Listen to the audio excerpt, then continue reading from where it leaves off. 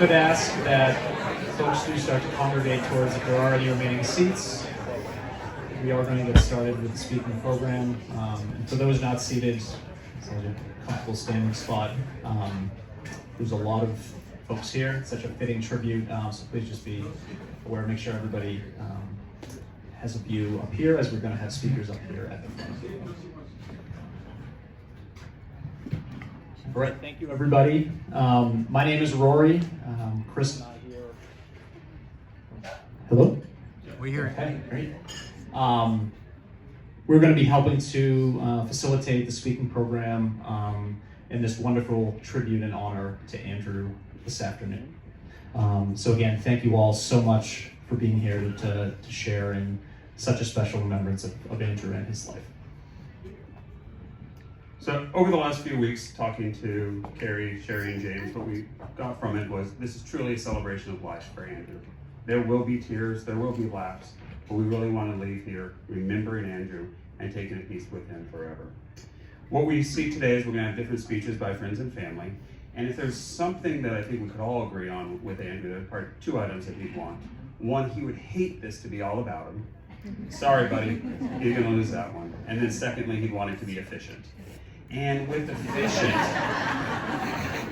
what we know is I don't want to be the Oscars guy that turns on the music to push people along. So we certainly, with so many people here, wanted to share so many great stories of Andrew. In his honor, let's be sure to keep that efficient as well. And the beauty of it is we have refreshments. So after the formal program, we hope you talk about Andrew, reminisce, and tell great stories about him. Also, what you're going to see in the back being manned there is the Andrew McLaren One Putt Scholarship Fund. There's additional information there, but basically what that's doing is going to set up that fund to help support high school golf for men's golf here in Arizona. So again, refreshments, we're going to have different people coming up to tell stories. And then at the end, we'll open it up to the entire floor. So on behalf of Carrie, Sherry, and James, thank you for being here. And in honor of Andrew, we're going to tell some great stories and be super efficient. So thank you.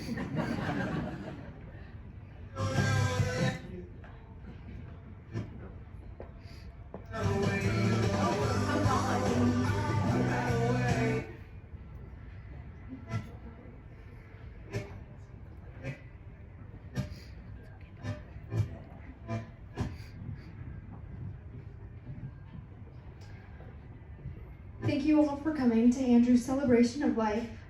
For those who don't know me, I'm Andrew's wife, Carrie.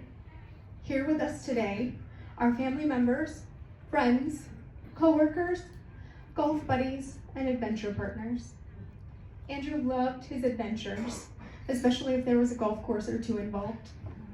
He traveled to many places around the world, South Africa, Germany, and England to see family, New Zealand and Australia to see friends, and Greece and Spain while he was on holiday from St. Andrews, to name a few. Many of you were his adventure partners, and he looked back on those memories fondly. I was lucky enough to start my adventure with Andrew in May of 2018, when two of our very close friends set us up.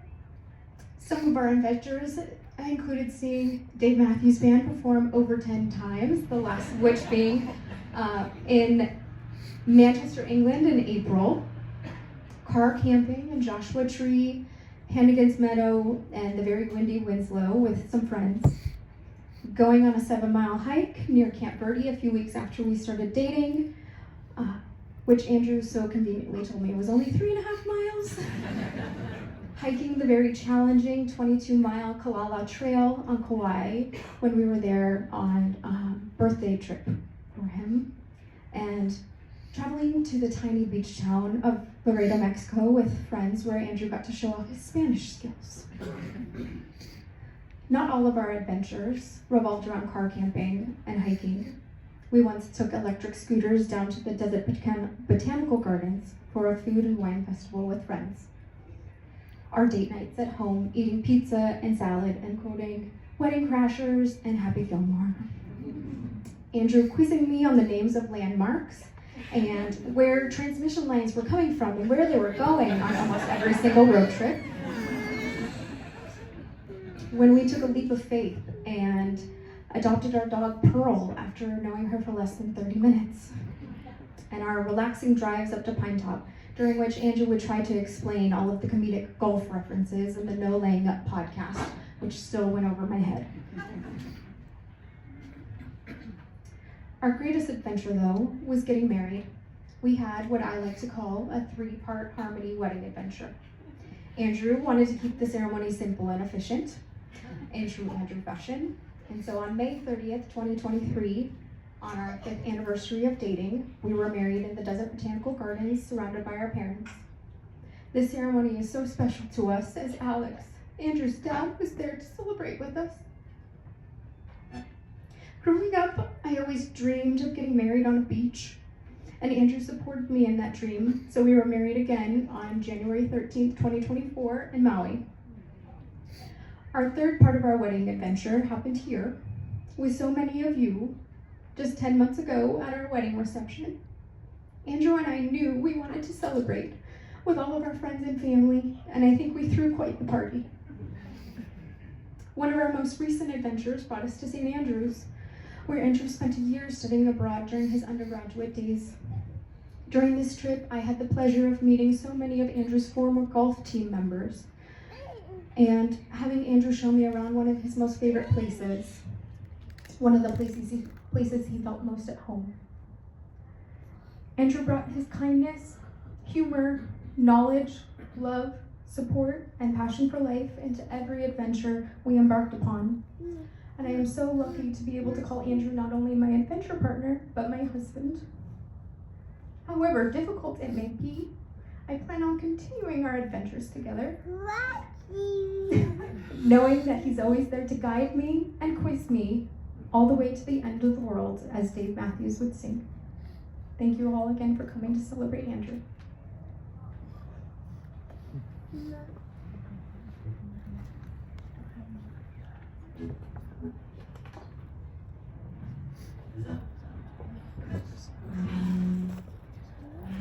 Thank you, Carrie, for that incredibly beautiful, what a beautiful story you had. Next up, with a couple of personal stories. I think, Sherry, we'll start with you next, Andrew's mom, Sherry. I'm not going to stand behind the podium because no one will see me. So just like Andrew, I'm diminutive because, whoops, I think we're, okay, there we are, sorry. You know, Andrew was a tall man in his heart, and he was, you know, a short man in his life, but truly he was a remarkable man for me, my son.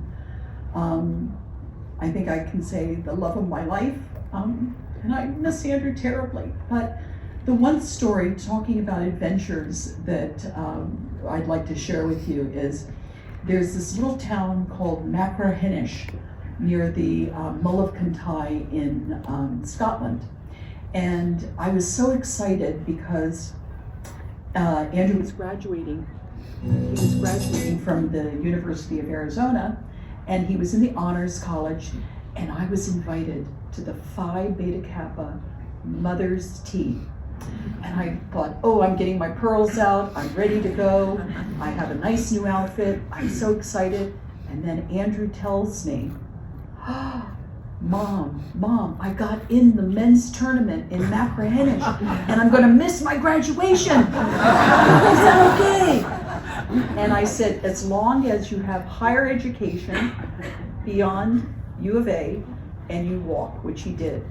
But what he did is he not only went to the golf tournament, he won the golf tournament. And you know what the trophy was? A bottle of scotch, which he slugged back in his golf bag back to us, and we enjoyed, and we had a toast to Andrew and one of his many adventures. Thank you all for coming. We all miss Andrew, and I'm so happy that you've been able to be able to be here to honor his memory. Thank you.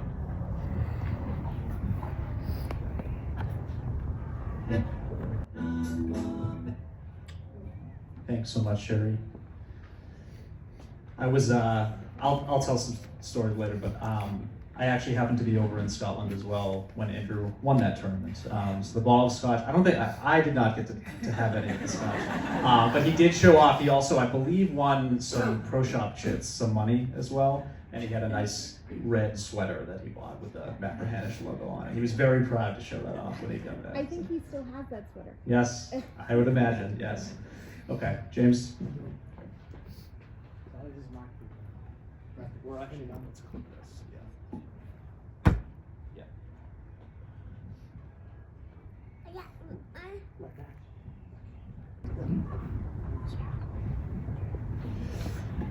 Hello everyone. So I'm James, Andrew's brother, for those of you who don't know me. And it's really amazing to see you all here. And I think it's such affirmation of the reach and impact that Andrew had and still has, throughout his life. So it really is something to truly celebrate. Thank you for being here. Makes a huge difference to the family and to Kerry in particular. So I want to start off by sharing some of my memories. I've added a few stories from our extended family from South Africa in here, namely Jessie and Jennifer. And then I'll end off by reading a short message from our aunt Sandra, who played a particularly special role in Andrew's early life because she was here round about when he was born and stayed with Sherry and my dad for quite some time, finding her way, right? So you guys might not be aware of this, but there's a 14-year age gap between Andrew and I. So, think about this. I'm a roaring teenager, 14 years old, an only child, and, Andrew arrives into what we can call generously a complex situation. I didn't need to share my dad with anyone previously. That was new. I had a new relationship with Sherry, my stepmom, which I was working on and I'm still working on. And so, quite honestly, there were 101 ways that we could have ended up not getting on.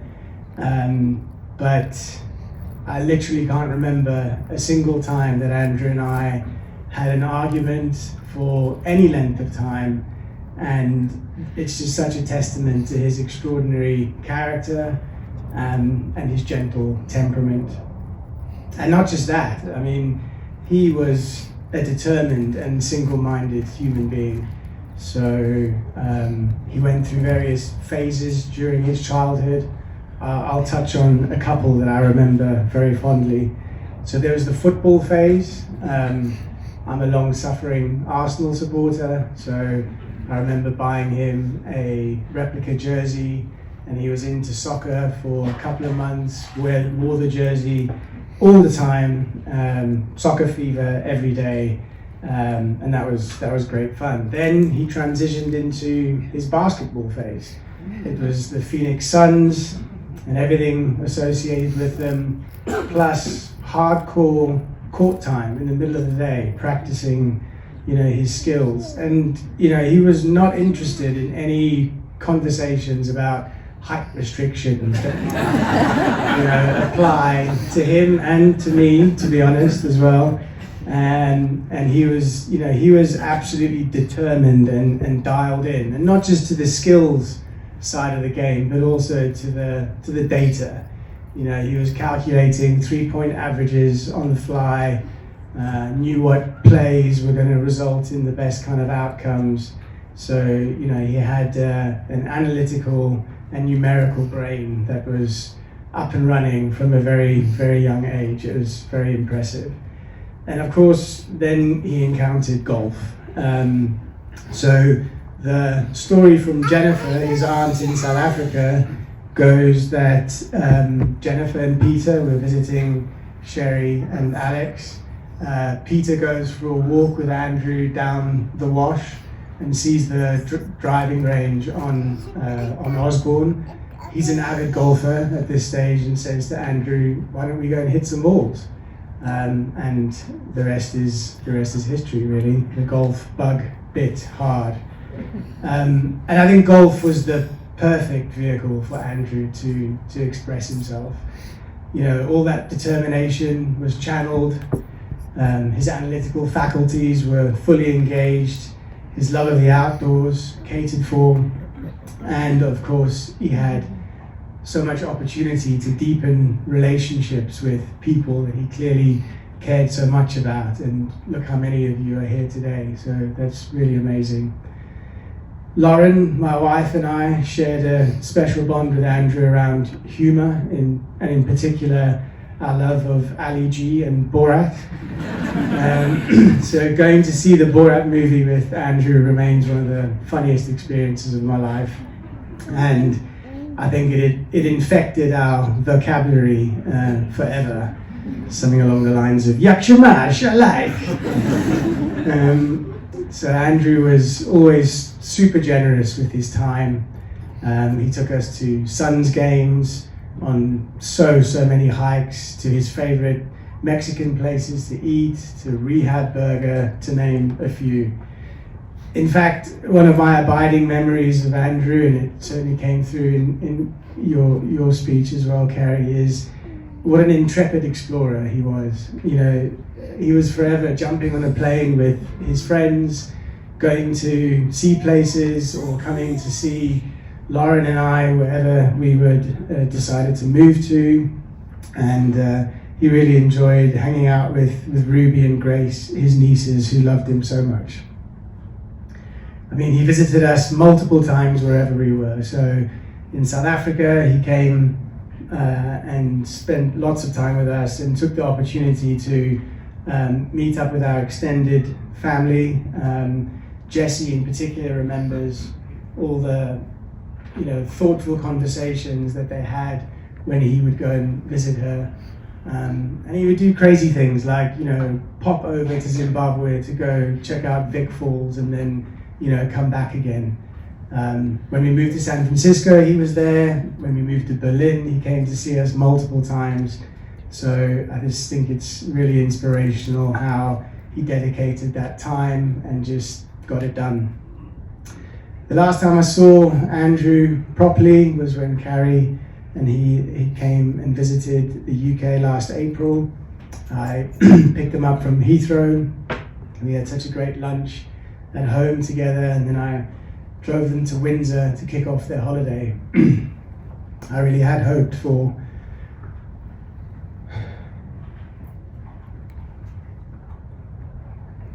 many more occasions like that. Andrew was logical and empathetic, always taking the time to understand different perspectives, deeply caring for others, and ultimately he was an extremely genuine, loving person. Like so many of you, I'm sure, I feel scarred and confused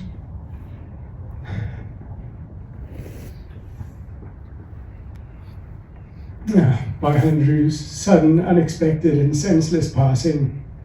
Ultimately, I accept that life is a mystery and it's absurd in some ways, but also a miracle in many, many other ways.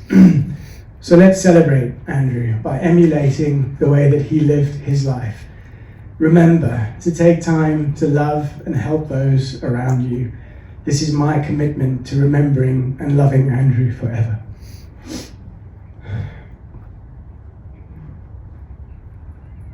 Now, just a quick message from Sandra. When I first met Andrew, he was only 6 months old.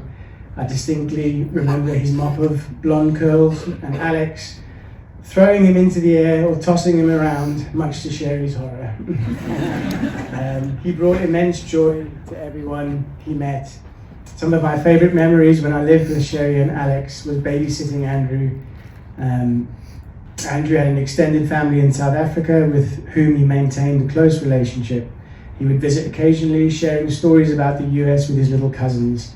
He was able to climb Table Mountain and play the Gary Player golf course, of course, at Sun City, which were on his bucket list. His ties with his South African family were strong, and they too feel the profound loss of his passing. More recently, our family visited America, where we were fortunate to go on a road trip with Andrew, Carrie, Sherry, and Alex. We treasure that road trip with loving memories. Andrew and I did a couple of hikes together, one at Zion and the other at the Grand Canyon. I'm so grateful for that time, and I wish it could have been longer. Sherry, Carrie, and James, please know that we wish we could be with you today to celebrate Andrew's life and share the burden of your devastating loss and sadness. We all send our deepest condolences and pray for strength at this time. Andrew may be gone too soon, but the memories will live in our hearts forever. Rest in peace, dear Andrew. You will be deeply missed, but never forgotten. Again, thank you all for being here. I really appreciate it.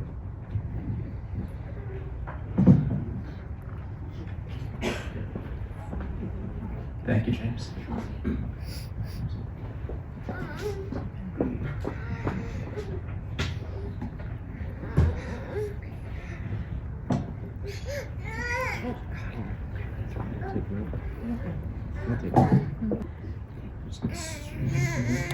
Hello?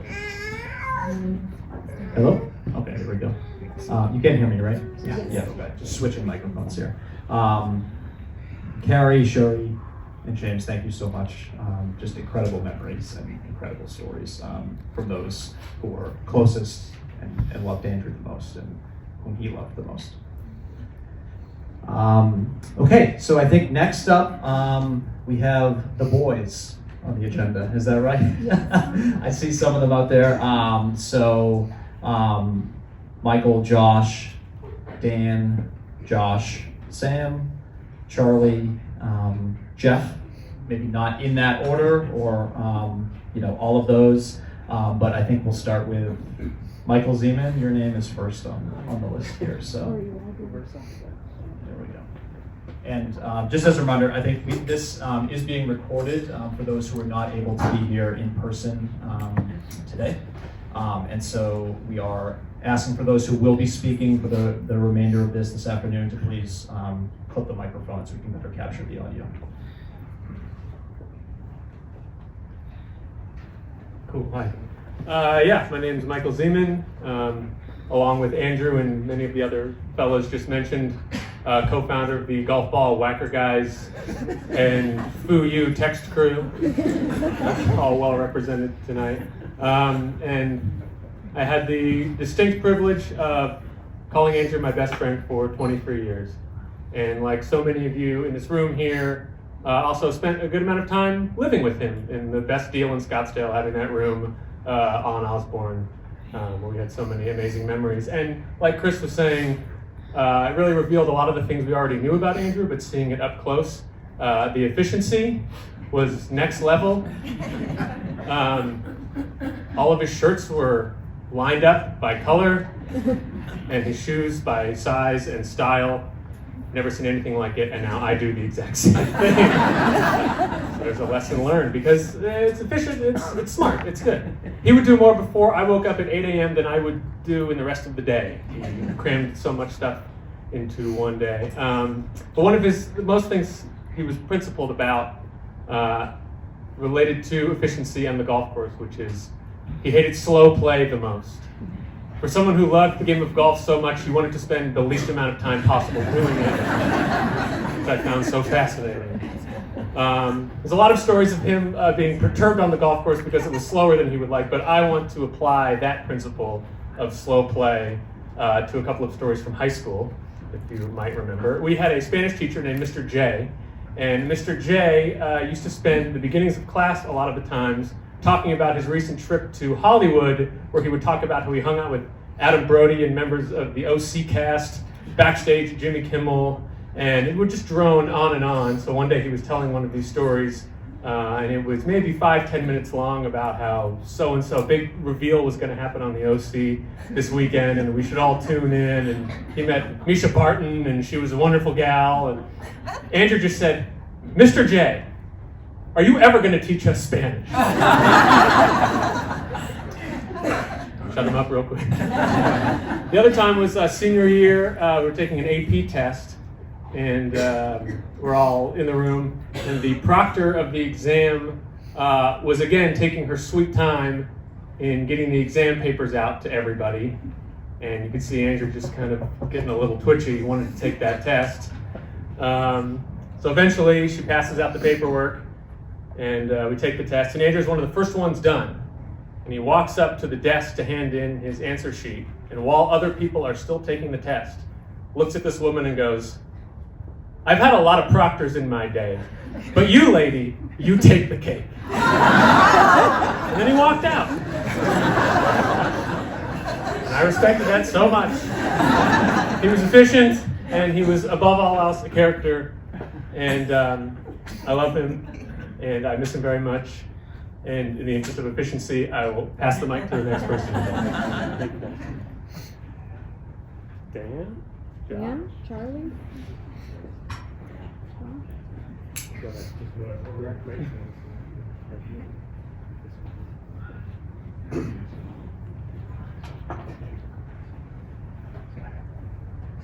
Hey everyone, I'm Dan. I met Andrew in middle school band. Some of you may not know he played. It was either the sousaphone or the tuba, but the biggest horn in the room. Okay, baritone. A huge horn, and we've commented on his stature, so I just always remember looking at him, being the smallest guy in the room, playing the biggest instrument.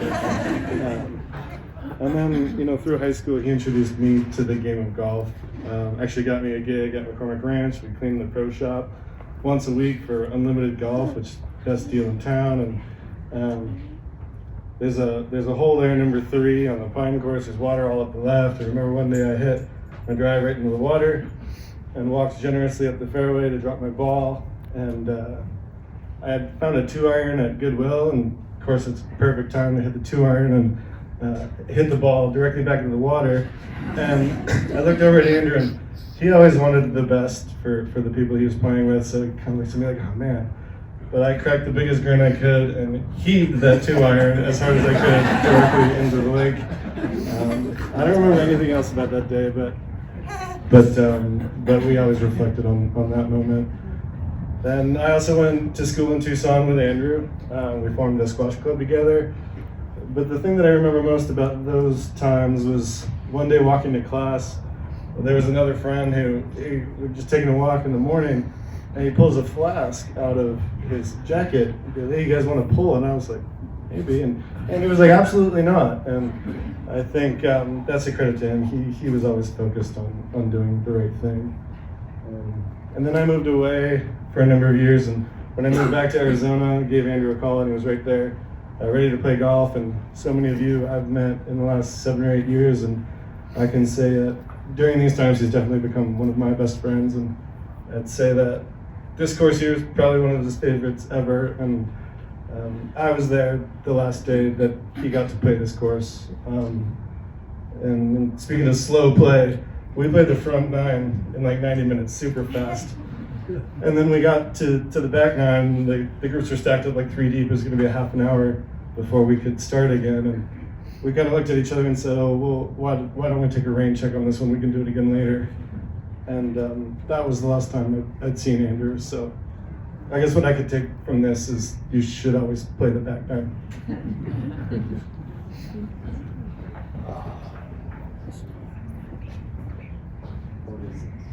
That's for the recording.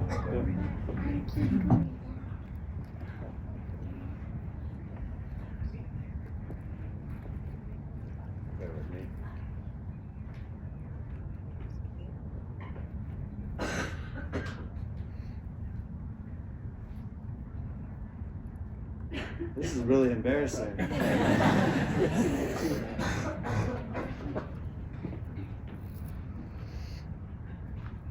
Thanks, buddy.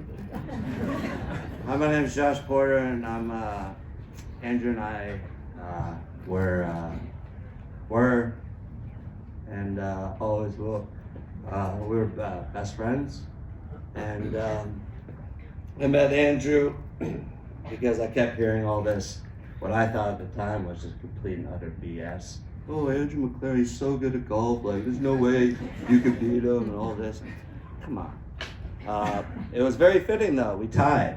Yeah, at Coronado, we had just an awesome match, head to head, back and forth. But yeah, ever since that day, we came really close. We were co-captains on the high school golf team. I was thinking about it just driving over here. I played golf since I was basically at a competitive level since I was 12 or 13, and by far I haven't played as many rounds with anybody else ever than I did with Andrew. We either practiced or played probably well over 1,000 times, and we always competed. Like, that's what I miss the most, is competing with him. And when I heard of his passing, first of all, I almost dropped to the ground and threw up. I just couldn't believe it. And then his mom was kind enough to tell me that they were really going to lean on me for this, and that's when I realized I probably had as many mutual friends with Andrew than anybody else, or close to. And I reached out to so many people that day or the day after, and everybody had the nicest words to say to Andrew, about Andrew. Even acquaintances were calling me. And that's when I realized that Andrew, I'd never heard somebody say anything bad about Andrew, ever. Like, everybody loved him, even acquaintances, because he took the time to listen to what everybody, James touched on this, he always took a keen interest in everything that people had to say. And he would see acquaintances years later and be like, hey, you still doing this? You still doing that? It was amazing. But yeah, no one ever said that, yeah, that Andrew guy. And I never heard that. But anyway, I want to tell a quick story. I think it's a really good example of his character, so to speak. The last time I ever played golf with him was at Torreon, and 4 years prior we had played golf there, and Andrew and I shot $1 million. Both in the 90s. It was brutal, but it was free. Andrew also loved free golf, by the way. No one mentioned. And we played by ourselves, just the two of us. We zipped around, played 36 that day. It was I think we played over 100 holes in one day at St. Andrews.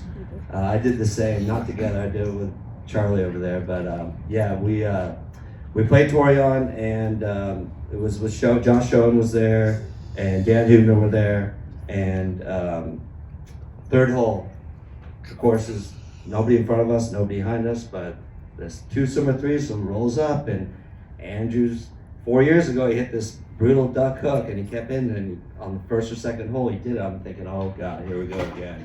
He doesn't like this shot. So the group rolls up, and gets really impatient, saying we're playing too slow. And Dan and Andrew and I were playing fast, and no, I'm just kidding, Sean. We were all playing fast. But yeah, he was on it. He said, "Come on, guys, you don't understand. We're guests here, blah, blah, blah, blah, blah, blah." And he was just acting a fool, basically. And finally, I turned to him and I said, "Listen, you freaking,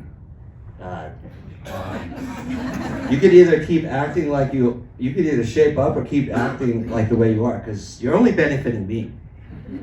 And that kind of shut him up. And I was 4 up through 8, and then we were both in the same place on 9, and he just walked in the clubhouse. I'm like, damn, what is he doing?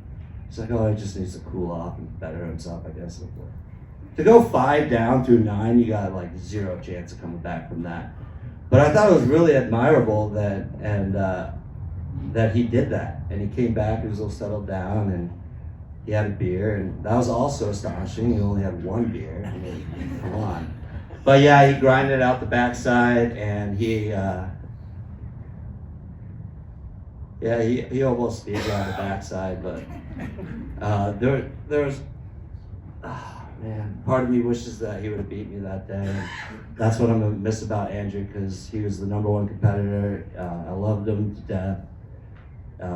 He's the best person I've ever known, and yeah, if I ever do get married, I don't think I'm gonna have the best man, because no one can fill your shoes, Andrew.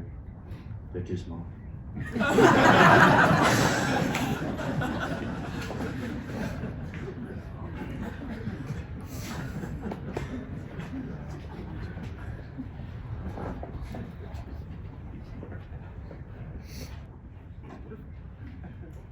Can everyone hear me? Hi everyone, for those of you that don't know me, my name is Charlie Cherokee. I've been a golf friend of Andrew for about 15 years. We spent many hours on the course together. Talk about a golf purist. Wow. I couldn't describe him any better than that. He was always the guy in the golf group chat who would send swing videos of Tiger Woods and the first one to respond when one of us had a tee time anywhere in town. He loved everything about the game. When we were in high school, he got his nickname because of the golf team. He would one putt every green. So ever since then, we've all known him as One Putt. My mom didn't even know his real name for so many years. They just kept calling him One Putt. Fast forward to first year at Grass Clippings, he was my partner. My buddies were putting on a golf tournament here in town. I needed a partner. I first went to my brother and asked him if he wanted to be my partner. But he said, no chance in hell I'm playing with you because your short game sucks. So I said, okay, no problem, I'll ask One Putt. Because I know he'll play with me. So I partnered up about a month later, and about a month before the tournament, we played we were kind of game planning, like, hey, have you seen the golf course? What's it looking like? He goes, yeah, I've played it, no issues. I never played it. Mount Shadows of McLaren was all in when I said, hey, do you want to play with me? So first year we go deep that weekend and win the tournament 10 under. It took my brother everything he had to congratulate me. Meanwhile, One Putt was smiling ear to ear. Year 2, we did it again and won back-to-back. Now everyone thinks it's rigged. I'll never stop grinding on my game, Pally. I miss sending you swing videos and talking shop about the game. Keep guiding us all and enjoy the walk. We all miss you. Love you, Bart.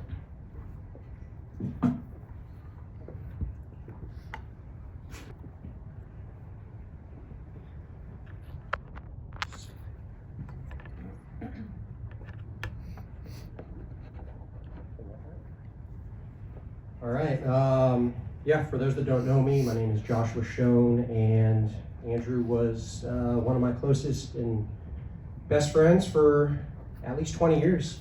We were members of the Golf Ball Whacker guys group together, and listen, we did so much stuff over the years together, spent so much time. We were after college, we were roommates together, which was a pretty fun experience. We went on 5 overseas trips, played a ton of N64 together, way more than anybody should. We hiked together, played a ton of golf together, and I only beat him once out of, I think, probably over 150 rounds that we played together. And I recently heard that I thought he was going to be, kind of happy for me that I finally beat him, but apparently not. I heard that he was actually pretty pissed when he got home and was threatening to quit the game. But I'm glad I got him that one time, and I'm glad he didn't quit the game. So yeah, we also went on plenty of golf trips together, domestic, international, went to plenty of Suns and Cardinals games. We played a bunch of basketball together, even played in a basketball league together. And in one game, Andrew actually caught fire. He wasn't really known for being the best scorer, but what he had to do because of his short stature was shoot some rainbow shots over the defenders, and he made about 3 or 4 rainbow threes that game, and it was a great memory, one that I'll always remember. We also played squash together, had poker nights. We loved going to the casino and playing blackjack together, and Andrew loved playing heads up. Due to efficiency, he loved playing heads up, where it's just him and the dealer, so the cards are coming out super fast. He can get those hands in as fast as possible. And I actually was in Vegas just a few days ago and actually played some heads up in his honor, and luckily won a few bucks for him. What I'll say is the last time I saw him was we were up at his cabin in Pine Top, and it was actually very fitting that there's a little casino up there, a little sketchy casino, but we decided to go anyways. And yes, it was pretty fitting that the last evening we spent together, we played some blackjack together.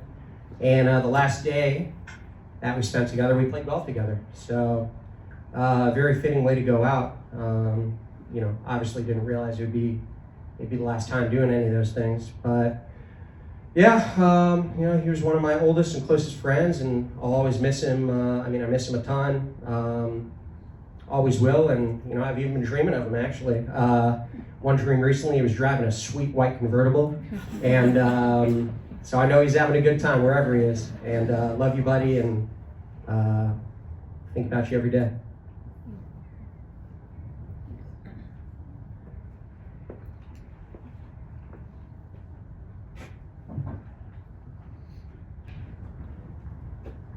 Sam or Jeff?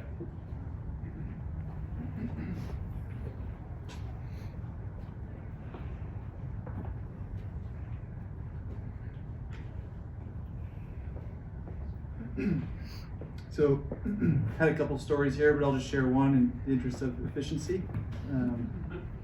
So Andrew and I both enjoyed hiking. It's one of the common, things we did in common for the past decade or more.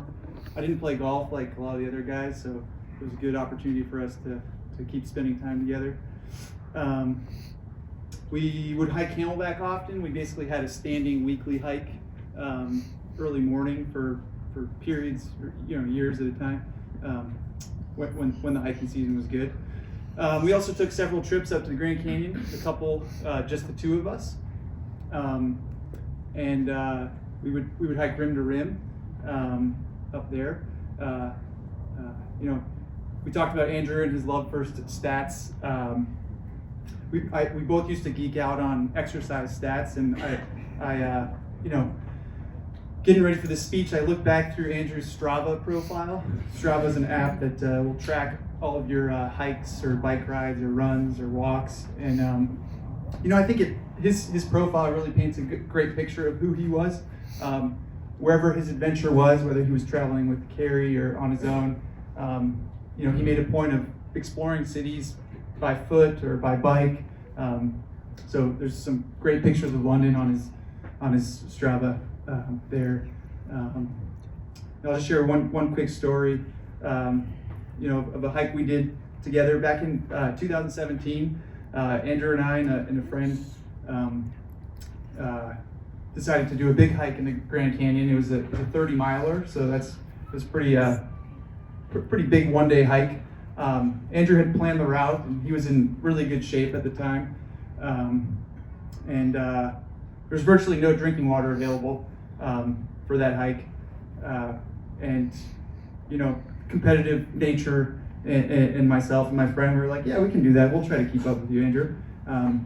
So right from the get-go of the hike, Andrew was running down the switchbacks. He was, I remember it being super hot, super sunny, but he was determined. He was gonna do it. And by the time we got to the river, we finally regrouped with Andrew. He was set on going down to the river. It was an extra mile or two detour, and like I said, it was super hot. We still had to climb out of the whole canyon, and another 15 miles to go. And again, unwisely, Robin and I decided to try to follow Andrew to the river. We had a great lunch down there, I remember, right as we finished, Andrew was off again, and he, kicked our butts, hiked out of the canyon like it was nothing. So like we've all said, Andrew had many more hikes, bikes, runs to complete, but I'm grateful for the ones that I was able to spend with him.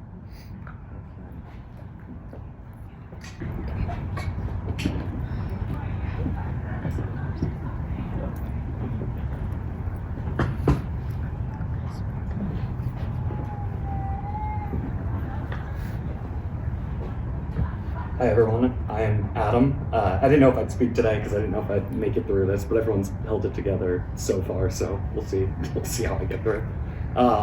James, it was great to see you speak. I was the second fiddle to so many trips. When Andrew came to visit you, I went to Cape Town with him. I lived in London, and I generally was the other side of all your trips, filling them up with Indian food. as many curry houses as we could hit while he was with me. He visited me in London more than anybody else while I was living there, almost an annual basis, sometimes biannual. And he was just a great friend. He was also a former roommate of Andrew's. I lived in the same room that Zeman lived in before he lived in. We were a rotating group of people who lived in this room. I think my mattress got handed down to a few people after. So yeah, that room held a lot of memories. And the Mario Kart room / Jack Keenan's like semi-Scottsdale bedroom as well. I have a lot of anecdotes to share. I'll try and make it through quick. I'm not going to cut, but in efficiency standards, I will just speak faster. So I never golfed around with Andrew. This one fact made probably our friendship unique amongst a lot of the guys who've spoken, who I also know well and went to high school with. But the downside of that was, I missed out on a lot of Andrew's social life, but we had our own unique friendship. I still sometimes, when he was still a member of ACC, got brought for meals though to hit his minimum. So, that minimum is part of the reason he loved this course so much. He had to cut ACC out of his life. This was a better deal. So anyways, yeah, well, money okay. So I want to just 5 anecdotes, I think, that kind of brought to mind Andrew the best. I tried to keep them on the lighter side. But they touch on a lot of what people have said already. I'll begin with a version of Andrew, the colleague, who was a guru at Excel. Andrew loved to make a spreadsheet for everything. While some of his work colleagues here may have seen a cost analysis from him, at home he was helping us codify a spreadsheet of a methodology to draft contestants of The Bachelor, which we would then bet on. Zeman was a part of that. It didn't matter, Bachelor or Bachelorette, we participated in both. Excel provided some of the highs and lows for Andrew. When Excel came out on an app, which was while I was living with him, birth of the smartphone kind of deal, he was so happy. He was like, look what you can do on here. It's like all the functionality. And then when he started doing his MBA, which I was living with him for that period too, he was carrying his group who didn't know how to use Excel, so he would bitch and moan about how he had to make all the models himself. So we've heard a lot about how Andrew loved a good deal. I'll provide a very particular example of this. YC's Mongolian barbecue was a favorite of ours, and we went there often. So they introduced a pricing model where you could do all you can eat, or for cheaper, you could just do one bowl. And if anyone's been there, they provide you a piece of a paper to pound down the bowl and put as much in one bowl as possible. And we, like a lot of people, I was looking back at all these pictures we'd sent back and forth and typed. I mean, there had to be like 5 or 6 different bowls of YC's in there with different heights of noodles, whether I was there or not. If he was there with somebody else, he wanted to show me how high the noodles were. His love for YC's was cemented when the owner of the restaurant actually bought property from his parents and included meal passes in the transaction. Andrew's thought process, as many have described here, would then go on to, how do you value a business in YC's meal passes? How do we figure that out? So he would then create an economy of YC's meal passes, and that would be an entire lunch conversation. Casino, I don't want to make Andrew sound like a degenerate gambler, though some of us here are. Since Josh beat me to a casino reference, I'll share a particular casino part of Andrew, which will resonate, I think, with some, which is Andrew loved the backdoor blackjack. And the backdoor blackjack meant when you get a face card up instead of an ace first, you get the face card up, he would start pounding the table and say, backdoor, backdoor, just start screaming. People would be like, what is this guy doing? And then when he'd win, he'd go, that's how the game is played, just screaming at the dealer. And the dealer's like, I just worked here. But yeah, he would just scream. And it was funny. We made a lot of friends with him. He had no inhibitions about going up to strangers. I'll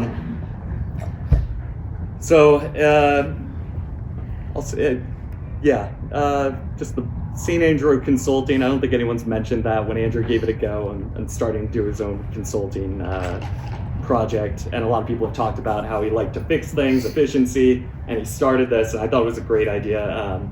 When he worked at a golf course during COVID in the pro shop, I mean, no time more did he have more material to talk about efficiency, and the birth of that was St. Andrew Consulting, which I think would have been truly great, but he loved his SRP job too much to quit. And then lastly, I just want to talk about Andrew's love for the state of Arizona, and most of all his friends and family here. Andrew worked tirelessly over a year in the strategic planning department at AA, American Airlines and US Airways.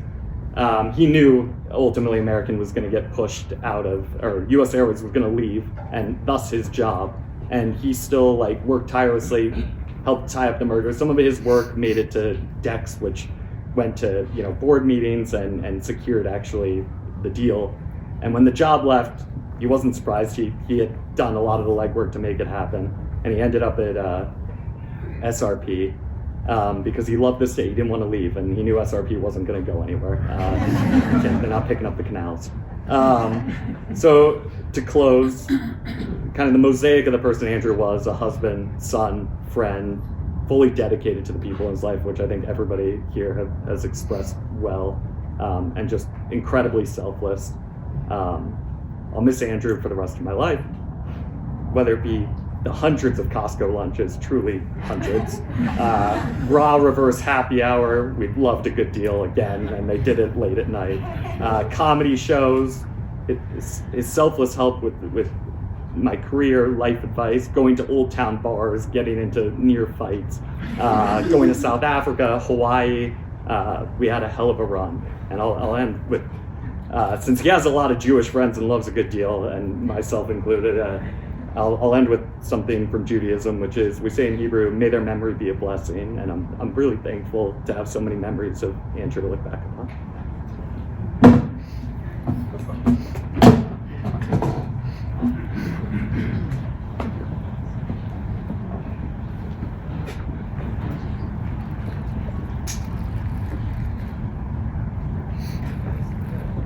Hello.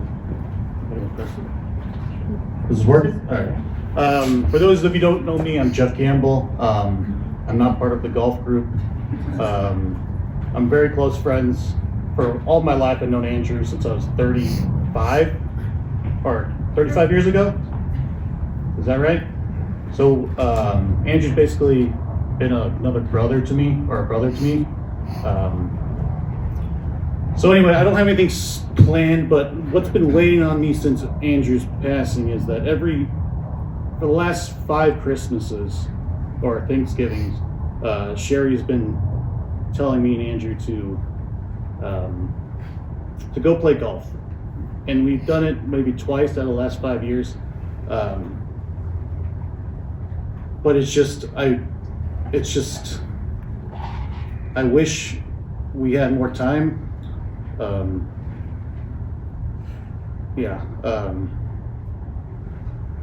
I just was putting it off, and then just thinking that next year we would do it, and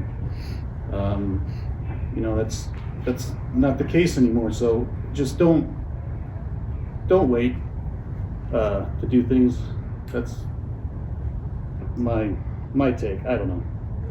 Sorry, but yeah, thanks. That's it. Short and sweet. Thanks, Joe.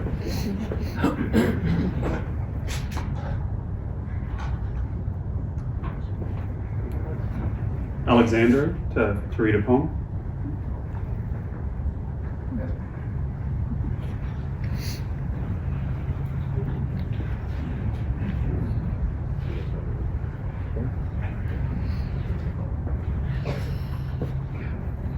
This is right. I have to hold this button down. Is that the deal? No. Oh, okay. I just have to really mean it. So Sherry called me up a few weeks ago and asked me to read a poem, because I read a poem at Alex's celebration of life. So I said, yeah, absolutely, I would love to do that. And Sherry said, would you would you want to write a poem, read one of your own poems? And I said, I don't think I'm up to it. And I was not planning on it, but this past Saturday, I woke up at about 1 in the morning and with this poem writing itself in my head, which was super annoying. I wanted to sleep through the night, but I had to do it for Andrew. So here's the poem. It is titled For A.R.N. McL. Last time I did this, I read from T.S. Eliot, one of those long, cumbersome thought pieces your dad loved so much. I know that's not really your style, so I hope that whatever this is. What this is not is an obituary. It's more an extended thought than poetry. Sorry, I'm rusty at this. Anyway, I never liked obituaries. Something about that phrase, survived by. Is that really what we're doing now? I'm not so sure. Your wife, your mother, your daughter, your brother. All of us here, we can do better than surviving. Lately, the world changes a lot faster than my maps can keep up. Right now, these words come on faster than I can write them. Life is like that, but memories aren't. Moments become memories so that we can spend as much time with them as they deserve. So, back to that phrase, survived by. It seems to me that it gets things not wrong exactly, just inside out. In memories of moments we shared, you survive in all of us now.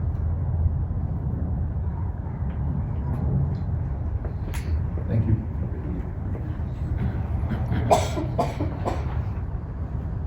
Brian?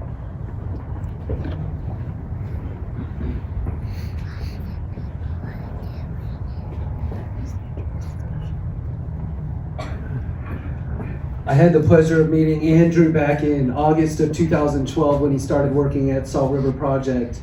And there's a number of us here today that are here to support and honor Andrew. When I think about those times back in 2012, my first interactions with Andrew were really telling because I learned very quickly that Andrew truly was the smartest guy in the room. But what made Andrew so unique is that he didn't take the approach of letting people know he was the smartest person in the room. He was always super humble. So he was actually the opposite of some of those folks where he would just always express a willingness and a desire to work and to help others to get the job done on all the projects that we pursued. That really stuck out to me back then. And as we started working together more closely on a lot of projects at SRP, a couple years into his tenure there, he approached me about potentially joining what we call our analyst rotation program. And Andrew had already been working as a professional. He came from US Airways and had worked at SRP for a few years, but he genuinely had an interest in learning more about the company. And he was more of like a senior level employee, but he thought he would join this program, which was kind of designed for recent college graduates to get an introduction. And again, this kind of speaks to his humility as a person. So we were super honored and grateful for him to be able to join that program and kind of tour around the company for 2 years and spend time in different departments. As you might expect, because of the work that Andrew performed and at the level that he performed it at, everyone loved him. He had an ability to interact with folks and really focus on, we've already talked a lot about efficiency, but just providing value in whatever department he worked in, he wanted to truly provide value.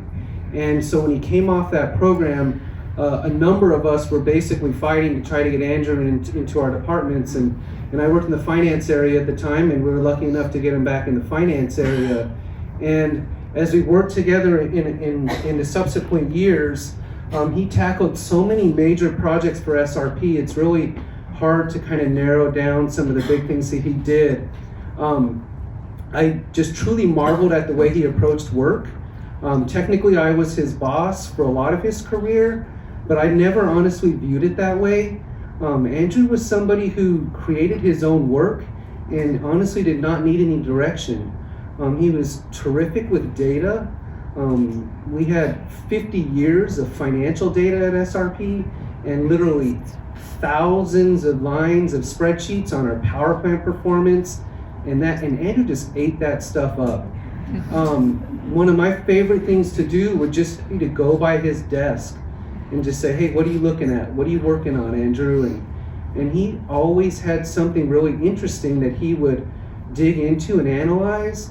And I think that what separated Andrew from a lot of our other strong analysts at the company was he could analyze complex data with the best of anybody at the company, but he had a unique ability to visualize and communicate that information in a way that drove business decisions. And so that separated him, and I think our executive management team saw that, and he was able to participate on a number of really key projects. For example, even way back then, he was put on a special assignment as part of our strategic planning effort and ultimately worked directly with who's now the CEO of SRP, Jim Pratt. I can remember a few times, I'll give one story where we had an opportunity with a right of first refusal to look at buying a power plant. And of course I went to Andrew and said, you know, what would you think the value of this plant would be? And you know, that's a question that you could really geek out on quite a bit, right? You know, does the power plant have a lot of value today? What is the contracts associated with it? What's net present value calculations? What are discount rates? You can spend a ton of time on that.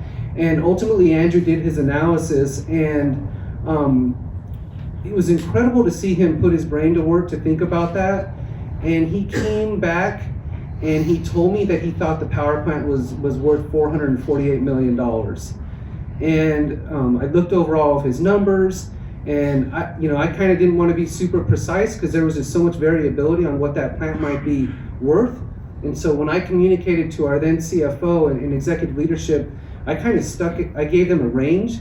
I said it would be worth maybe like 425 to 500 million based on all these factors.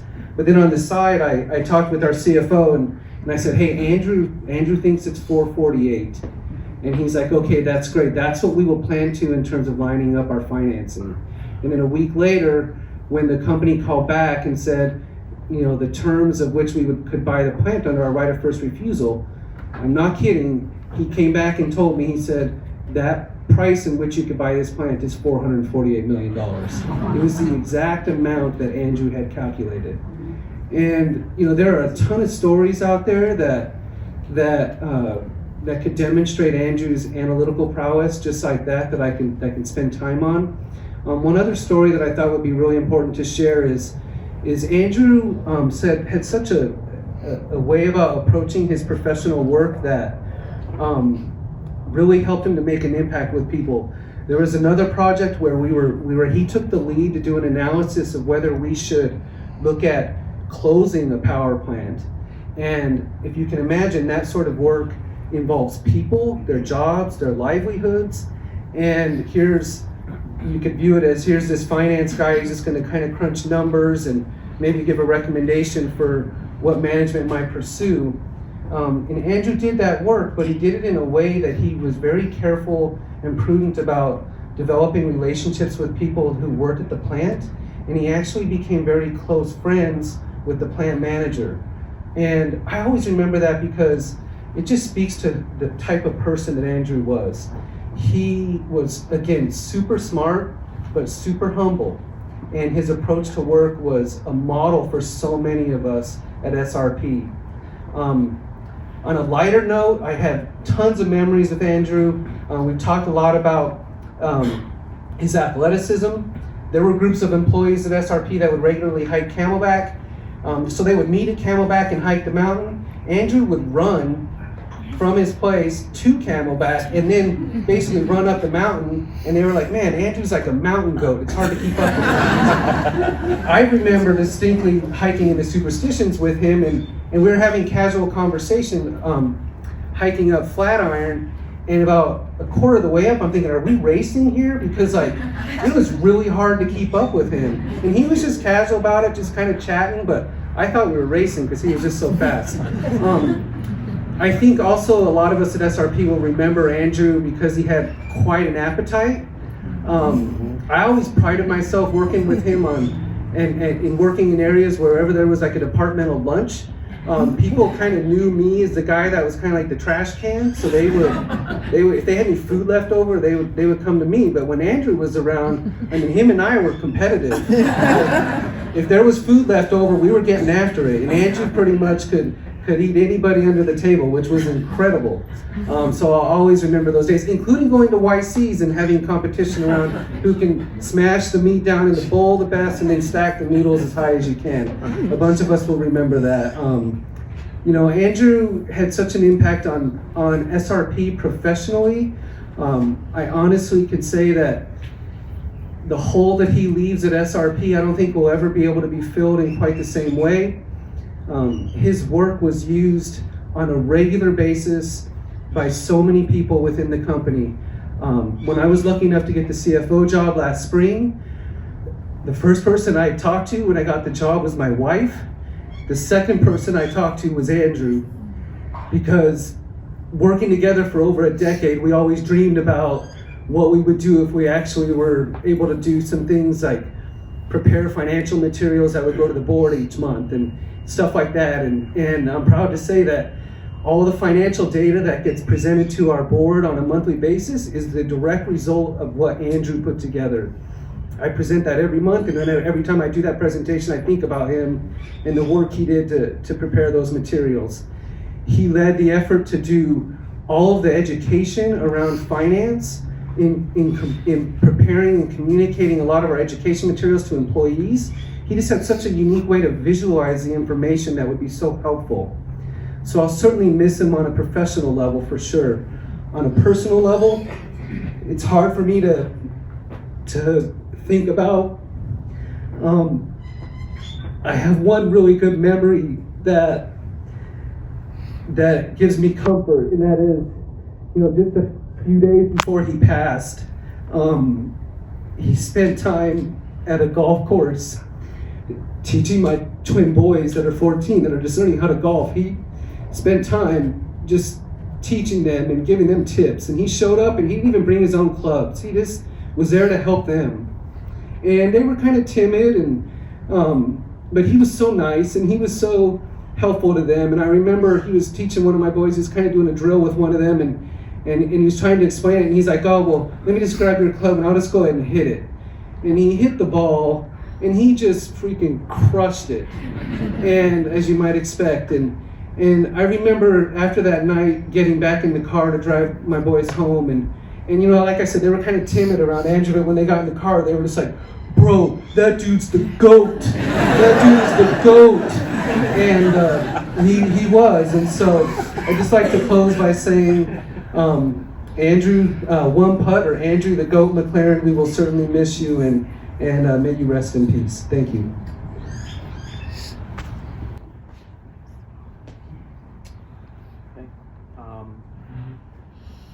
Yes, I will. I'll go next. Person I will be next. Again, my name is Rory. I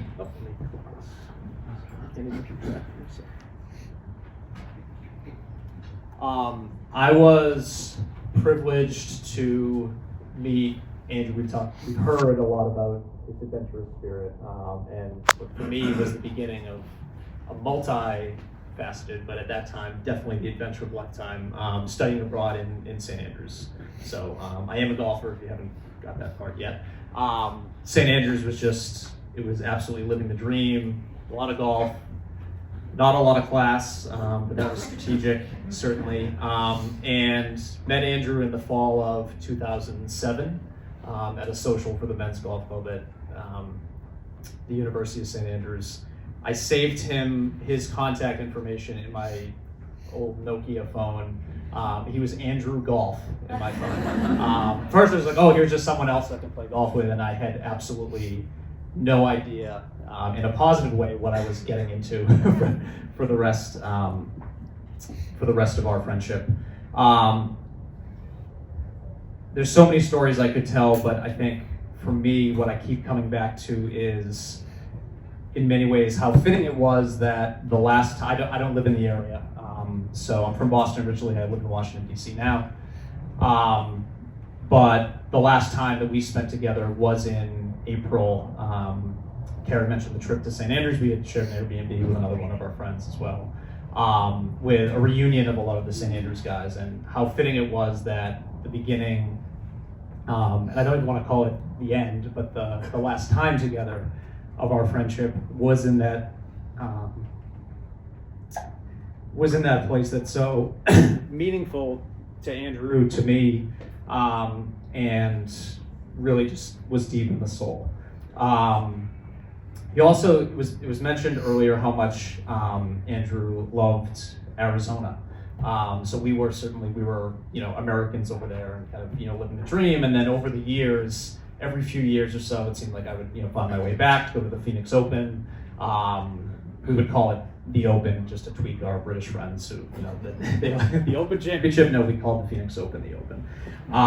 And he was so internationally minded, that came from his family, but also his personal interest and who he was. But I always marveled at how much he loved talking about Arizona and so many of the people in this room and what that meant to him.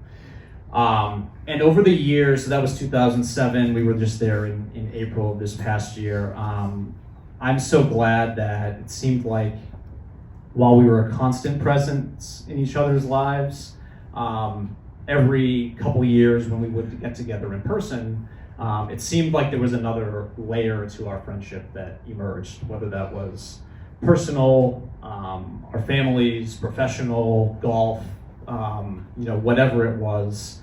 It seemed like there was always, again, such a curiosity from Andrew to know more about my life. Likewise, I felt that about him because he was such a fascinating person. And so being at the reunion in April, there were 24 guys from St. Andrews there. And it was a little bit of deja vu. We had been back there for a while with each other. It was a little bit of deja vu, but also looking back on it, there was such a sense of personal evolution and peace. So we were there together, merging, kind of our prior lives in a way with our current lives. So our partners were there, Carrie was there, Jamie was there.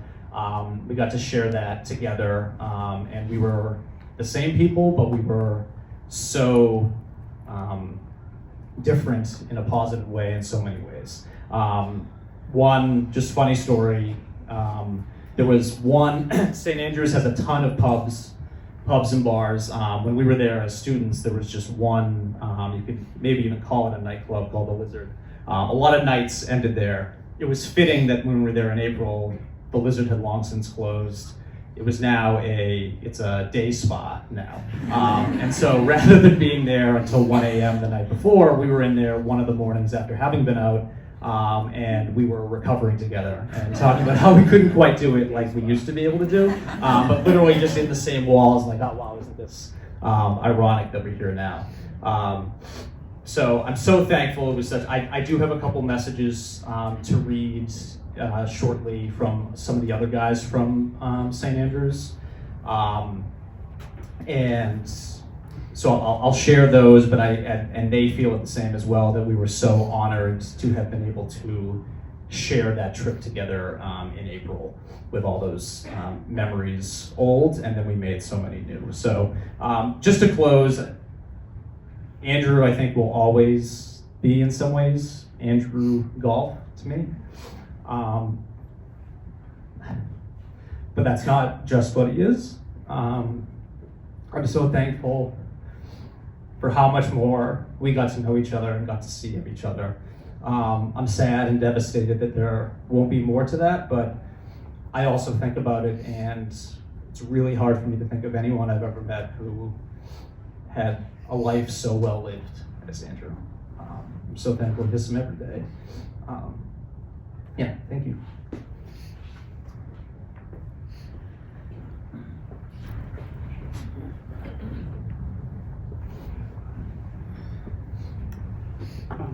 My name is Chris Sekis. I was introduced to Andrew through my brother-in-law, Ben Marsh, who said, hey, I got someone you need to meet. Not being from the area, he said, this is a good guy. He's one of the good ones.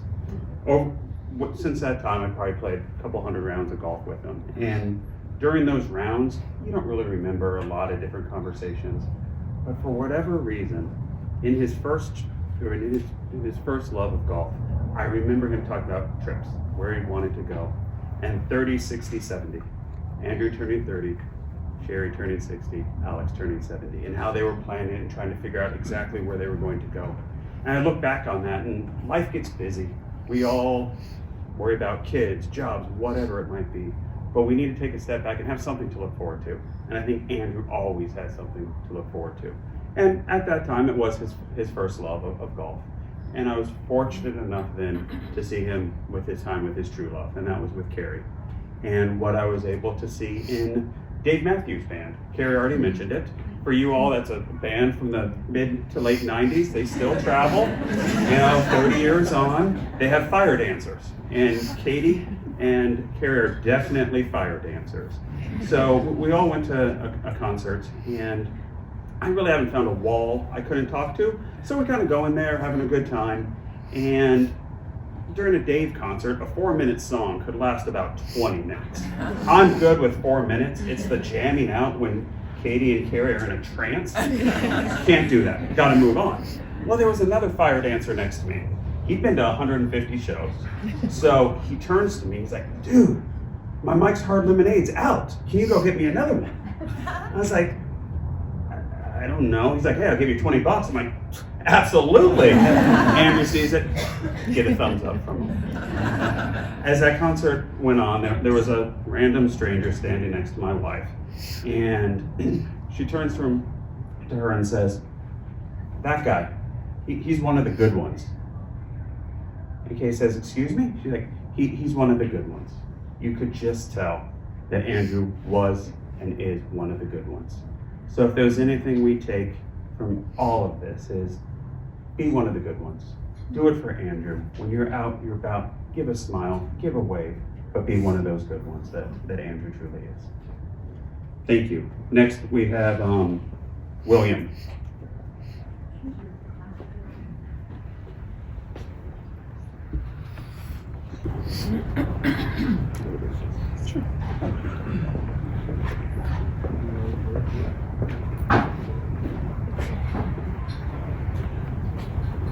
Good afternoon. Good afternoon. Just Here hold we it go. closer. Hello? Oh, there we go. Good afternoon. William Wager. I'm Andrew's uncle, and so I've known Andrew since he was born at a very young age. And we've enjoyed seeing Andrew over the last 38 years. My wife and I are privileged enough to live on a beautiful golf course in Reno, Nevada, so Andrew would frequently come up, and with Carrie. And the one thing I learned today is that I had no idea that he loved gambling. Living in Reno, and the fact that my folks owned a gambling casino, and Andrew never once told me that he liked gambling. And in fact, when he'd come up, the only thing he'd want to do is drive the ball off my back deck down to the 15th hole and play golf, and with all of our neighbors. I had a lot of stuff historically about Andrew, which I'm not, there's been so many wonderful stories today, and most of it's been covered, so I'm going to pass on that. So I'm just going to make this real brief, because a lot of you folks have been standing here for several hours now, and I want to keep this short. First thing I'd like to say is thank you to Papago for this, providing this venue for us to all meet. I think it's fantastic. The first story, Andrew was 14 and was on the Arcadia golf team with many of you folks here, and he gave me a call and said, Uncle Bill, I saw where, I was researching and I saw where the Nevada State Champion for junior golf is being held at Red Hawk up in Reno, and I was wondering if you've got any connections and you could get me into that tournament. I said, well, Giandro, I'll give it a try. So I researched it, found the director, which was a very nice lady, and I said, you know, my nephew is just an avid golfer. He loves it. He's not from Nevada, but I was wondering if I could get him into the tournament. She said, absolutely not. She said, we have over 100 of our top high school golfers coming to this tournament, and this is a big deal. And she said, I'm sorry, but where does your nephew live? And I said, well, he's in Scottsdale, Arizona. And she said, really? Where does he go to school? I said, well, he goes to Arcadia. She goes, really? She said, I think, and you're going to correct me, but I think the coach's name was Ken. Is that correct? Was Ken? Yeah. Thank you. Anyway, so she says, oh my God, I love Ken. She said, I've known him. I've run into him all over the country. And she said, you know what? I'm going to is he a good golfer? I said, well, I think he's pretty good. And she said, okay, we're going to get him in. So Sherry and Alex send him up to Reno. We get on the plane, pick him up. I take him down to the course at Red Hawk. We register him, and the lady meets him. She says, "Oh, I know Ken. Yeah, you know, if you're in Arcadia, I'm sure you're going to have a good game." So she puts him in with these three 15-year-olds. He's 14 at the time, a freshman, and these kids, and the director asked me. She said, "Hey, would you like to?" Keep score for us. I said, sure, that'd be great. So she gives me a card, and I'm following these kids around, and these kids, I'm like blown away, because you know how Andrew is. He's very precise and everything. These kids are jumping up and down, and they're high-fiving, and oh, this is going to be awesome, you know, and all this stuff. Thinking, oh boy, this is going to drive Andrew nuts.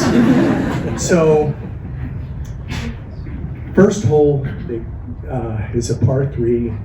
They all hit. They're doing pretty good. I think they all parted, all 4 of them. The second hole's a par 5 going downhill, and it's a long par 5. I don't remember, over 500 yards. And I'm sitting there and I'm watching these kids jump up, and they're slapping each other and making all this noise. And of course, every time Andrew's getting up to tee, they're making all this noise. And I'm going, damn, this is not good. And so the first kid gets up, he hits a 220-yard drive, and they're, yeah, baby, let's see you beat that sucker, you know, and they're going, and I'm just sitting there going, oh God, you know. So Andrew gets up, they're still talking while he's driving, and he slams it. 310 yards. All of a sudden, game on, you know. These kids like quit screwing around. They're saying, uh-oh, you know, they're in trouble. Anyway, Andrew had a very good game. He didn't win the tournament, but he did come in second. And I've got a lot of stories like that, but I know I appreciate all of you standing, and I really said so. I'm going to say thank you very much. Okay, who's next?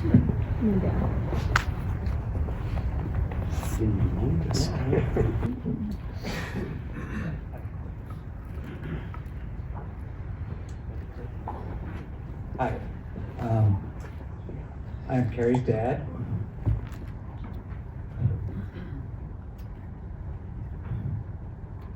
Thank you all for coming today to support Carrie, Sherry, James, and our families.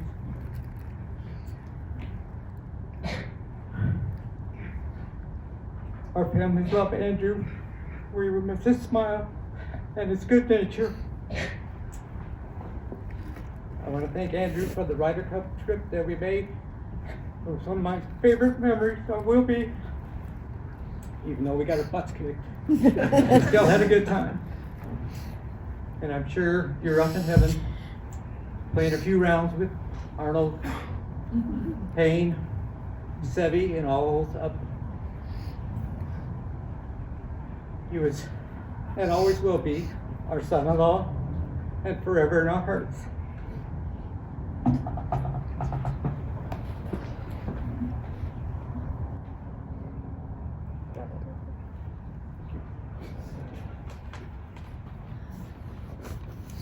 I'm going to take a few minutes just to read a couple messages from some others who could not, from just a couple of folks who could not be here today.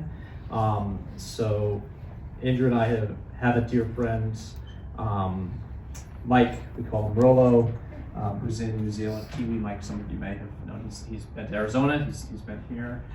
He hosted back home for him as well.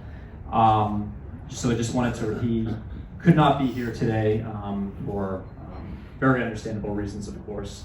But I did just want to read a message that he had sent over this week. He said, "Hi there all, I'm Mike from New Zealand. My sincere apologies and deepest sympathies. I couldn't be there today to be a part of this celebration of life for Andrew.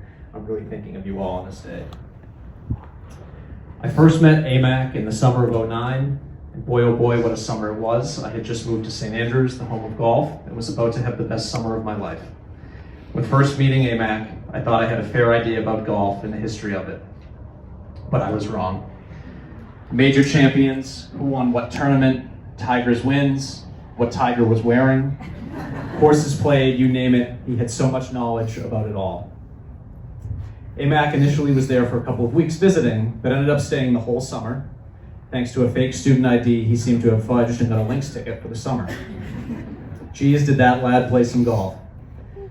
Every day he was out there, 1 round, sometimes 2, the odd occasional 3 rounds a day, accompanied by his trusty wee single strap bag, a Scotty Cameron putter he'd twirl in between practice strokes, and a packet of his favorite Tesco digestive biscuits.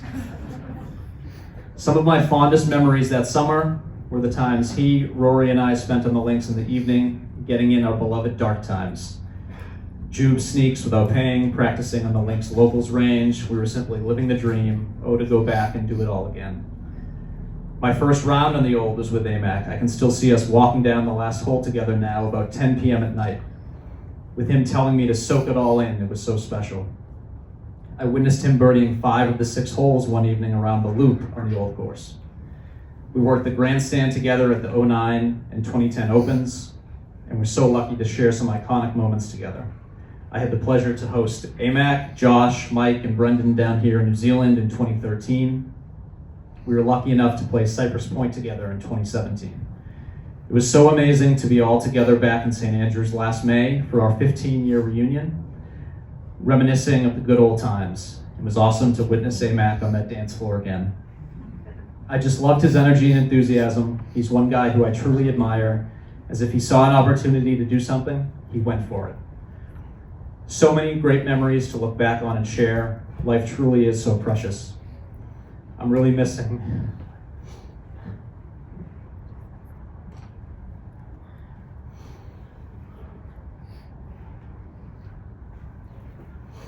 Sorry, Roll. I'm really missing the group chat messages that AMAC, Rory, and I would talk in. With the Phoenix Open coming up, that was always an entertaining week. I used to always have a wee chuckle when "Is this the Elsa?" that was the name of our group chat, would pop up on my phone screen. Rest easy, AMAC. We all miss you like heck. See you up there one day for a wee dark time. Bear down, brother. Cheer. Go get 'em. Love and miss you, bro. Roll up. I miss that group chat too. I do have a couple more, but I'll probably need a break after just one.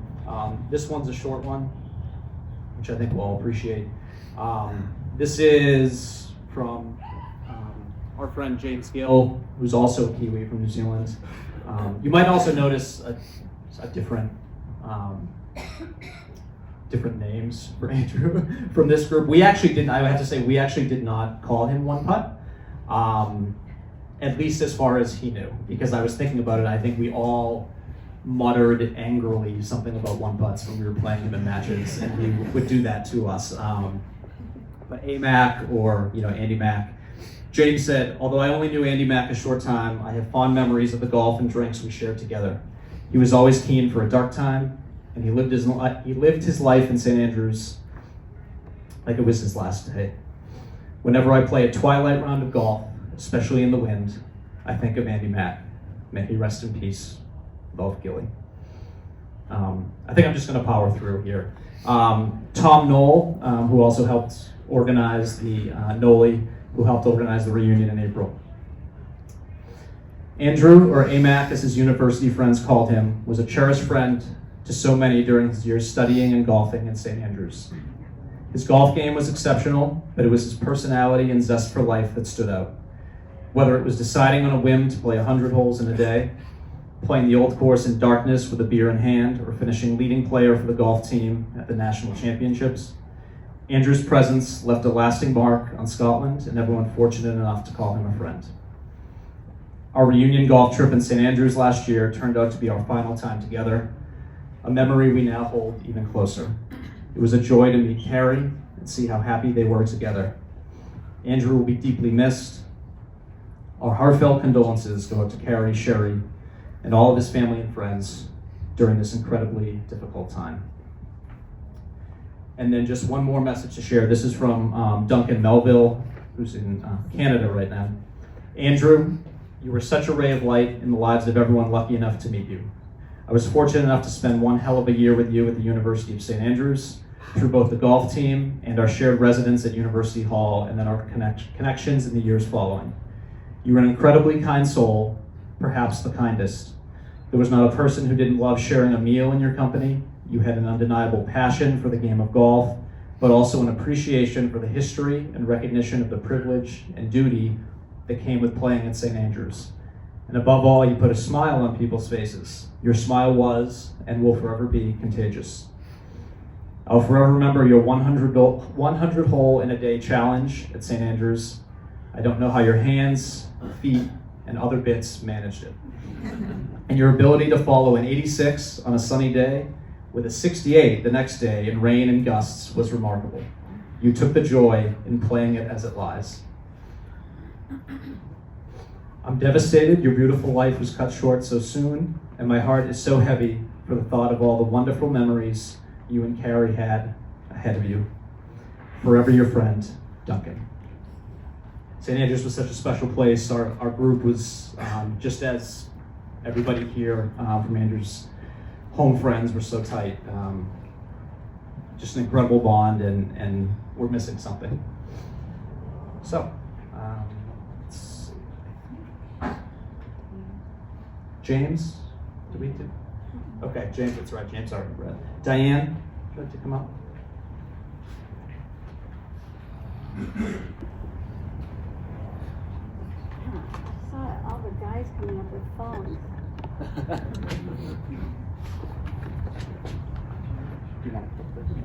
Let's make it true. Okay, so one thing I was really noticing, if you noticed, is this on? Is this good? Okay. Well, when all the pictures of Andrew were coming on, the one thing that brings me so much joy about Andrew, when I think about Andrew, if you bring up a picture of Andrew in your mind right now, I would bet you that he is smiling or laughing. And when I got out of the car today and was walking up here, and I had that picture of Andrew smiling, and do you remember in the cartoons or in some of those things where someone would smile and that bright, like little diamond would come out of their mouth? I mean, honestly, that is truly how I think of Andrew and how I see Andrew when he smiles. And so I'm Diane Campbell, and I'm Jeff's mom and a very dear friend, one of her many dear friends. And Andrew and Jeff were like 3 years old when I met Sherry, and we were at a Christmas cookie exchange party. And it was that Christmas. It was a Christmas of 1989 that our family got the gift of friendship from the McLarens. you know the McLarens, or you know Andrew, if you don't know the whole family, so you know, you can imagine how quickly they became really extensions of our family. And as Jeff said, that's like 35 years of knowing Andrew. And 35 years makes a bond that, as you can imagine, is really deep. And lots of really cool memories that we cherish and we keep afloat in an endless and forever embrace of moments so special that time will never erase. And our families vacation together, it's true. Camping adventures we shared, more than a few. La Jolla and Delray, hot springs, mud baths, and more. Cher kept us busy. There was no time to be bored, no. And then Scotland and England, and the boys were in awe watching British TV when naked old people gardening, they saw. And Thanksgiving, if you know Andrew, Thanksgiving was always so special. Andrew's holiday fave, black olives on fingers, no matter what is age. Whipped cream from the can, right in the mouth, was a treat. It was part of our Thanksgiving tradition's heartbeat. And Andrew, Andrew was brilliant and loyal and usually right. He truly loved golf, as you guys all know. And with one putt in sight, he took command of the green with his focus and his play. He was the consummate golfer in every which way. And then came that day, and that honor was mine. Andrew and Carrie, two hearts were entwined in a mirroring love of their deep, steadfast ways, devoted and loving through all of their days. And I know and I feel Andrew's spirit remains, his memory etched in our hearts that sustains every story, every comment, every toast that is made, reinforcing his life and a light that won't fade. So Andrew, your presence, though unseen might be true, is in my mind's eye, and this vision of you so strong and so kind, that smile so bright. This I know, your soul's everlasting and your essence aglow. And so we have gathered with others today expressly to share in our own little way that we love you and we miss you and we will to the end. God bless you and keep you forever, dear friend.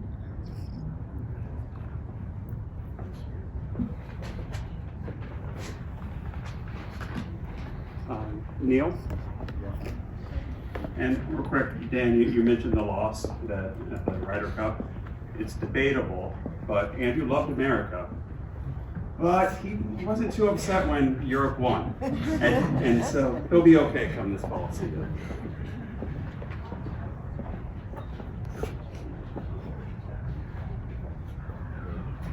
Thank you. Thank you. So first, Carrie and Sherry and James, thank you. So I'm Neil Haddad, and Cindy, my wife, and Al, our poet son. I guess we're kind of like extended family also to the McLarens, and for the past 25 years. And I know, Sherry, you think, thank God that it was not, that I was not the official uncle, and that there was some distance between. So we're here today celebrating the life of someone who everyone called Andrew, except not me. I called him Andy. And when I called him Andy, he always gave me that smile with a smirk. And there was one time when I introduced him by a different name. And that was during a trip in Ireland. We stopped at a working farm for an overnight visit. When the older woman who was the proprietor welcomed us, Andy was next to me, and I introduced him to the woman as Angus McTavish. And so he had that look. He had that, and he would do this all the time, where he just kind of tilted his head like this. He shook his head like this. No, Andrew. That was in 2008 when Andy was studying at St. Andrews, as we've heard, in Scotland, and Al was studying at Trinity College Dublin in Ireland. We all got together to explore the Emerald Isle. We met up in Cork. It's where Andrew bought his green sweatshirt that you saw in a lot of the photos with Cork emblazoned down the front. We were traveling from Cork to Dingle, a wonderful village on the west coast of Ireland, and it was a great experience with many wonderful memories. We saw and participated in Dingle's Dawn Parade, known for being the first parade in Ireland each year on St. Patrick's Day. But I want to tell you about something that happened on the drive out there, and something that Andrew did, something that was so impactful and memorable to me to this day. I did something stupid. I know you're shocked, or at least the people that know me are shocked. So I'm driving in these small cars that they have there on narrow roads on the wrong side of the street, James. And I hit the passenger side rear view mirror on something on one of those narrow roads. I was annoyed, and that's mild. Maybe a little more than that. I was annoyed at the car, at the roads, at myself. How could I make such a mistake? I was hard on myself. When we got to Dingle, we got out, walked around, and mingled, and we loved the experience. And as we're walking through the village, Andy spots another car with the same hanging passenger side mirror. Doesn't say a word, nudges me, points at it, and starts laughing. As we continued walking, he spotted another hanging mirror. He did the same thing. We saw a total of 4 hanging mirrors in a similar condition in this small village. Andy pointed to all and laughed. And he never said a word. And that was the beauty of Andy. Through his humor and his intellect, he found a way to say, "This is funny. You're not the only one. Chill out, dude." So in my life right now, volunteering has taken up a lot of my life and kind of the direction in Arcadia, in Phoenix, across the valley, and now across the state. And I can say with great knowledge and experience that Andrew is among the best our community has to offer. We cherish memories of him and hold these memories close in our hearts now and forever. We love you, Andy.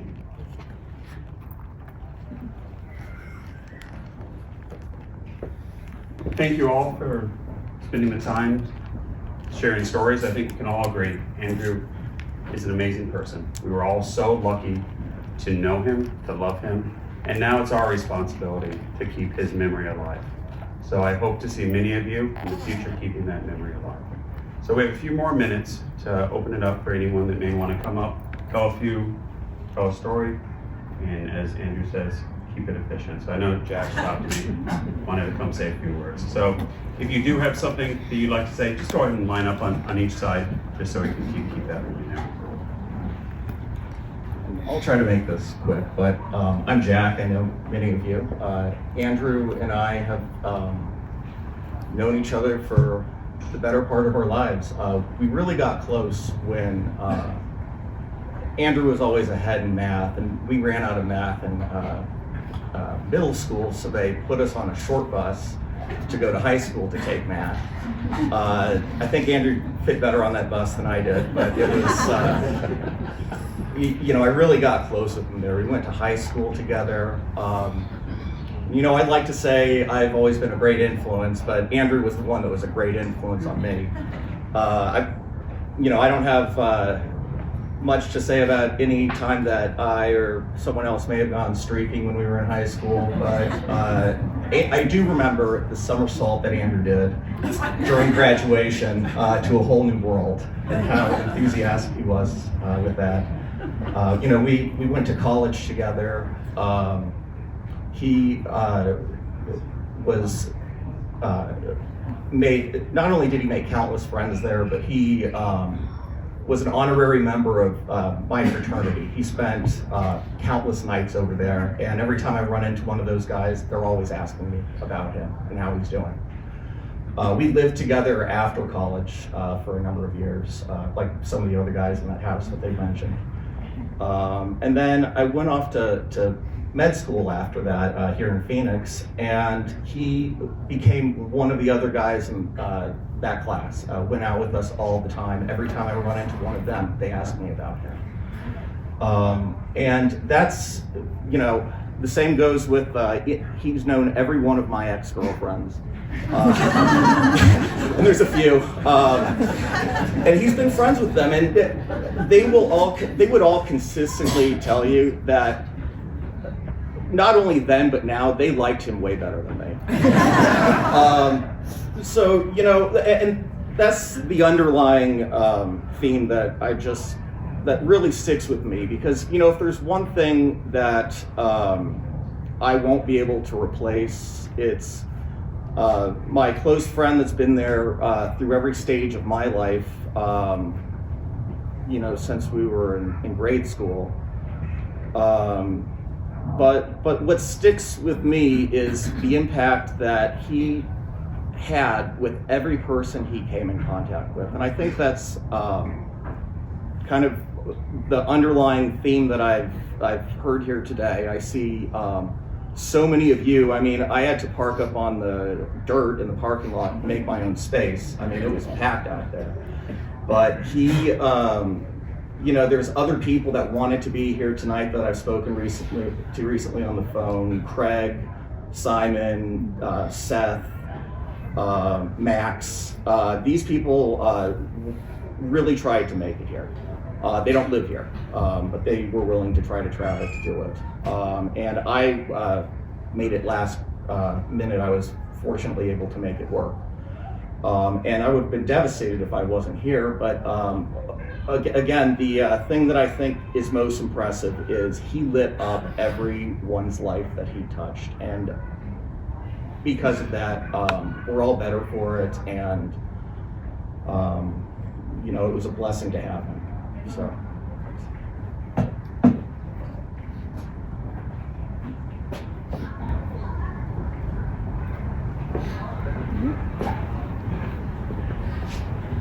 Is there anyone else that wanted to speak? Just one last check. Okay. Beautiful stories all. Thanks for those who did speak, and for those who didn't. We know everybody, for every story we've heard up here today, there's 50 more out there that we'll all take with us. So again, just wanted to thank everybody for being here to honor, remember, and celebrate Andrew. Wanted to thank, again, Papago for having us and hosting us today here as well. A couple reminders that I think Chris mentioned most of these at the beginning, but there is a memory book in the back So if you haven't had a chance to sign that and you would like to, please take note of that. There is more information on the Andrew McLaren One Putt Scholarship Fund, supporting the boys golf programs in Arizona for underserved schools and getting them off the ground. So your generosity is very much appreciated, and that's something that Andrew would be very proud of, and I think we're all proud of that moving forward as well. There again, just to make note of the refreshments over there, please help yourself. I think we can see each other, share some memories, and mingle as well. Carrie, Sherry, James, we love you, we're here for you. And I think today was such a testament to Andrew's life. So thank you all for being here, and we will honor and remember Andrew moving forward always. Thank you.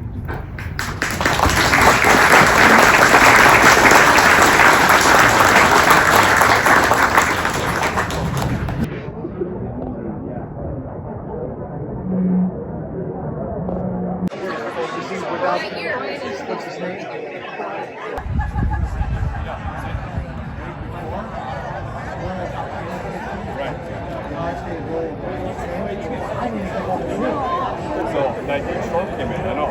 Because I got a guy, one of my guys lives in Iowa.